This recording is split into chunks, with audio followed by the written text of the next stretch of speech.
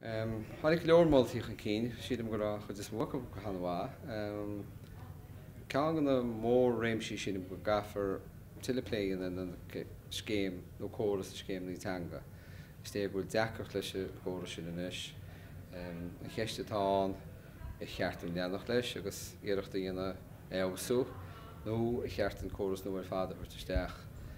Agus tétí ceachta an dála dhéana tá samplaí dí eile go bhhéadach mu tógáil arab. A tá cheisisin sin am lár nach inis gan tauchaí nacht agus go effice chumisisiú teanga. Agus an stohín cheisúir eile tháinig an cí ná bhfuil an ná go effice chumisisiú teanga.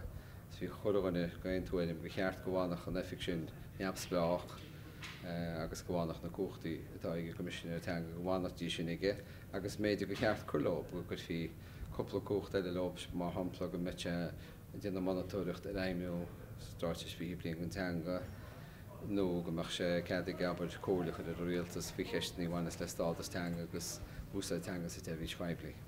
An chuntóirtaán ar a hasítar a dtíana bhreine reacht bhfuil cúisicinntaí híró agus go bent chuntóirtaán tá is a gás seo go bhfuil méideáir a daine I ggéar an taachta lagú. Is dói go bin an chúis a bhfuil ebreiniú a dhéanaid. Brahan testóí go dtha cecha gníomhach agus bheits pobl na gail agus na gailteachta chuidir go tuairí míocha cín chuid aonachtaísteach a láirt le polúí agus mar sin. Agus agur héanana láthid agus a dtíanana cás ar bhaile sin nacht agus ar bhaile effice chumisisiú teanga.